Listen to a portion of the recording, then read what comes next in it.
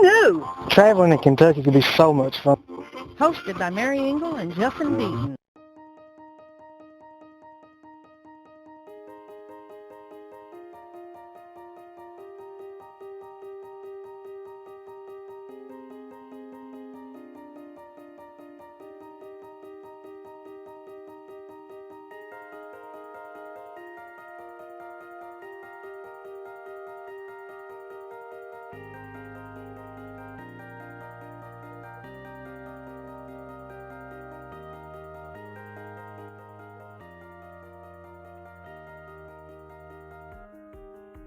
Tell me what hours the museum is open to the public. The museum is open to the public Monday through Saturday, 9 to 5, and then Sunday, 11 to 5.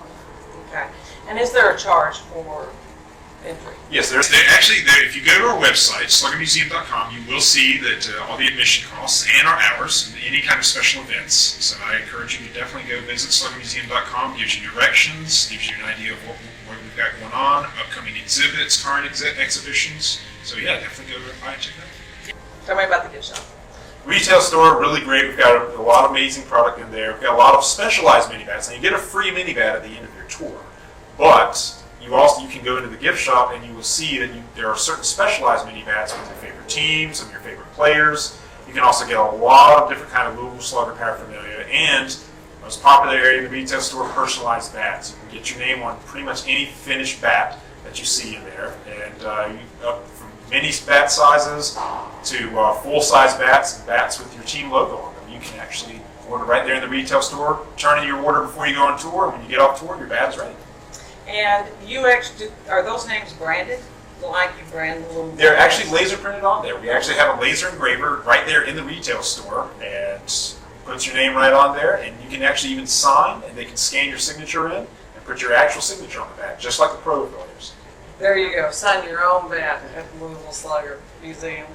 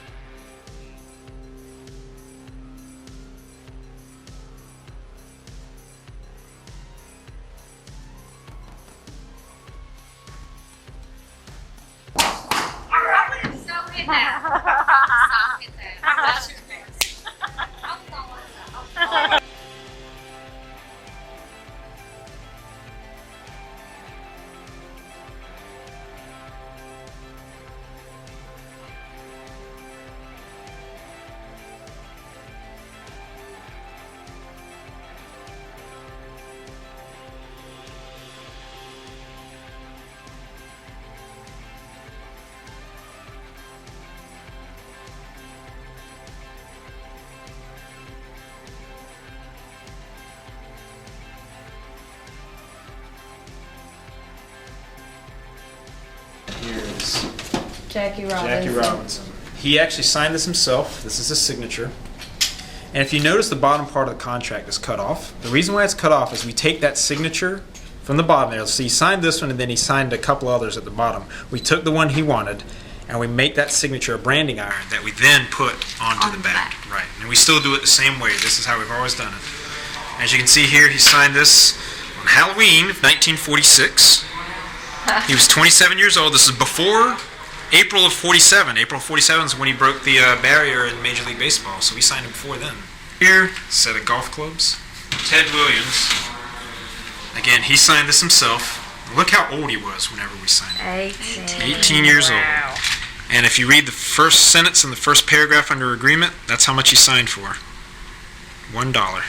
What you're going to see here is mostly players prior to 1980, new models we created for them. The system, if you notice these on the end of the bats, these are what we call factory stamps. And what these factory stamps are, we have a letter and a number. First letter of the last name for the player we first created that model for. And the number is just how that player appeared in the system. Now this is a system we didn't develop until 1946. So that's why you would see Jackie Robinson with a lower number, R17, than Babe Ruth, R43. The Y4 bat right here. This is the Rudy York model bat. And this is a bat model that Joe DiMaggio preferred for a lot of his career. Now he did use several different models, but this is a model he liked to use during his hitting streak in 1941. Different bat models that Pete Rose used was the S2. The S2 model bat right here was probably one of the most popular bats in the 1960s. You'll find players like Willie McCovey, Willie Mays, Ernie Banks, Pete Rose. A lot of these guys use the S2 bat, model bat. Museum. We've been very, very fortunate to get some of the bats that we have. Some like the Joe DiMaggio bat, Shoeless Joe Jackson, some really great. And then what would be the insurance value on those bats? Oh, they're priceless. They really are. Some go 6, some 7 figures. Oh my God! We're talking absolute rarity here. Yeah. Absolute rarity. The crown jewel of our collection, as you'll see later, is the game-used Babe Ruth bat from 1927. It was the year he hit 60 home runs, and the first 21 home runs he hit with that bat. And he marked the logo in the center. He marked around it like a gunslinger for each home run he hit. And we have it. It's one of the premier, if not the premier, Babe Ruth bat in all of baseball collecting. And it's priceless. It's just priceless. Priceless. Absolutely priceless. I ain't played in years. That's good. Just picture yourself in the Sure.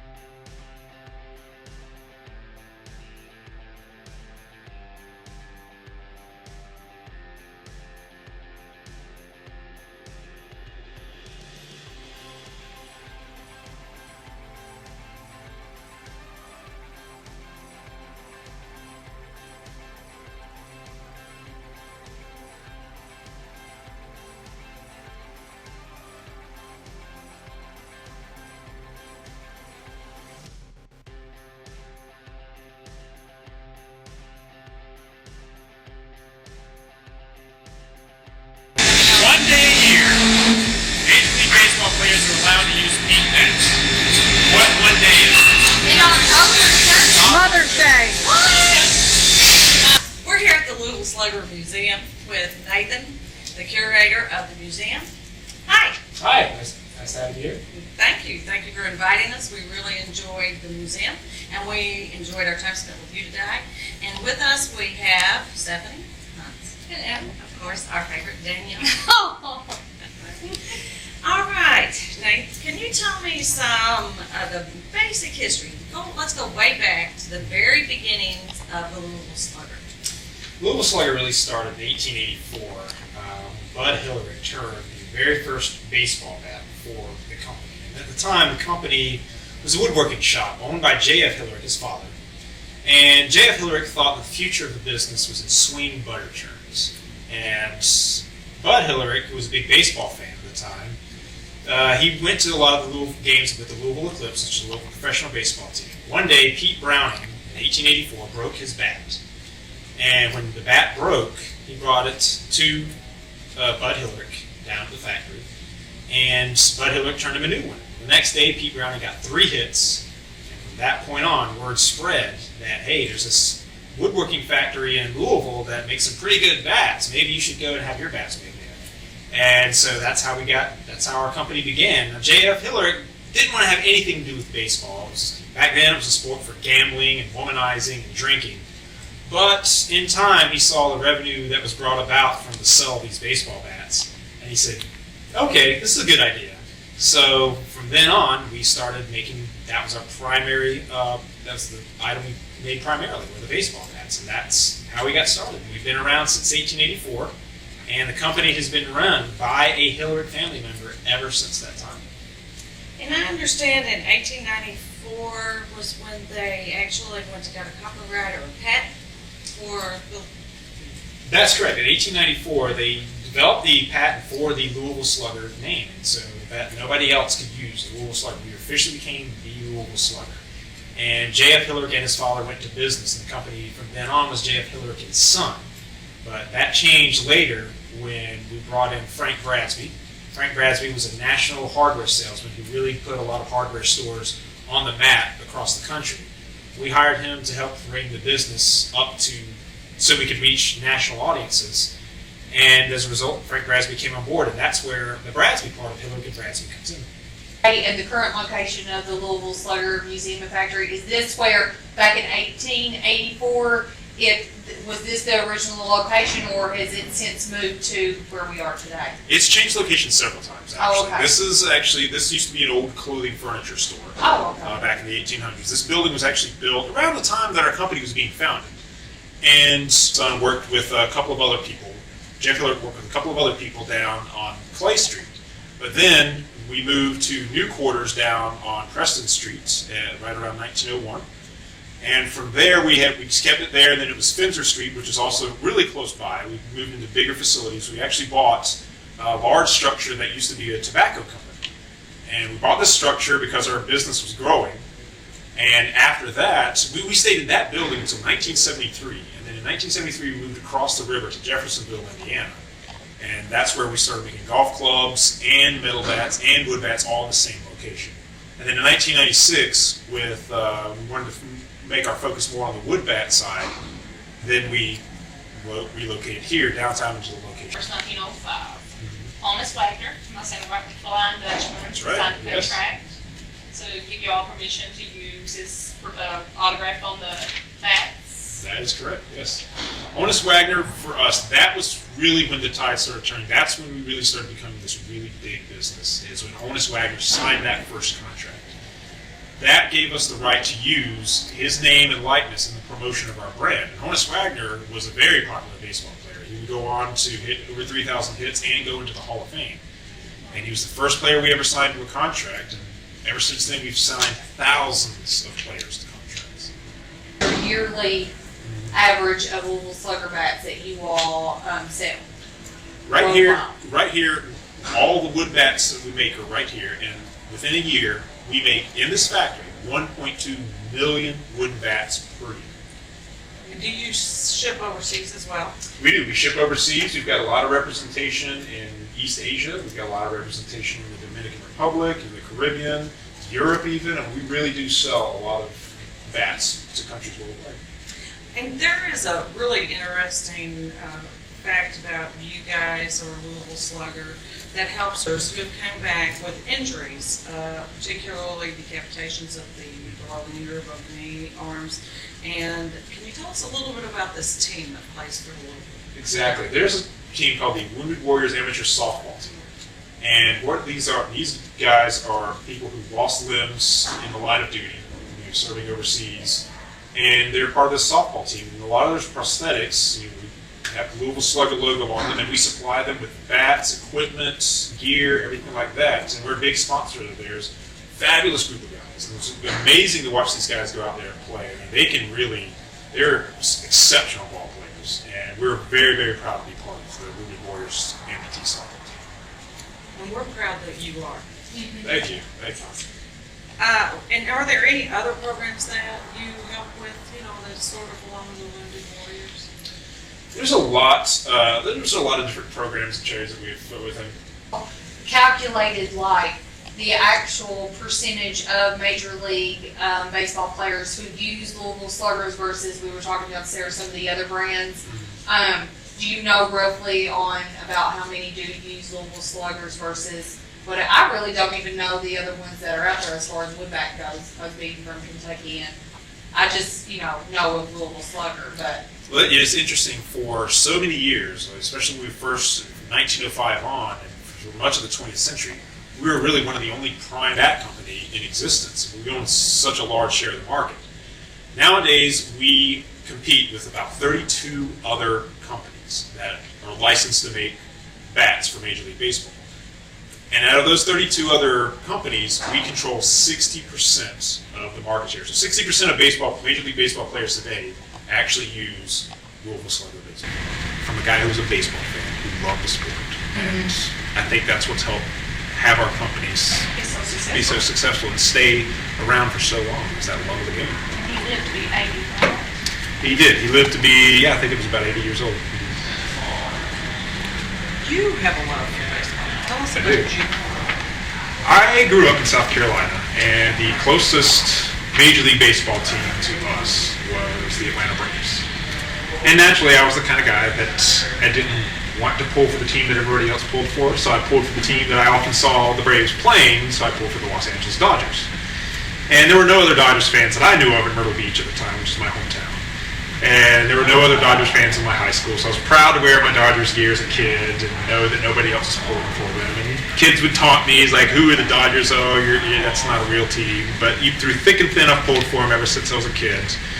And I've always been a fan of baseball. I've always been a fan not only of the sport, of the games, but also the history. There's nothing like baseball history. It goes back so far. The records of baseball are so hallowed. It's amazing how much baseball means to American history. It's such a close tie-in. And it's a big part of who we are.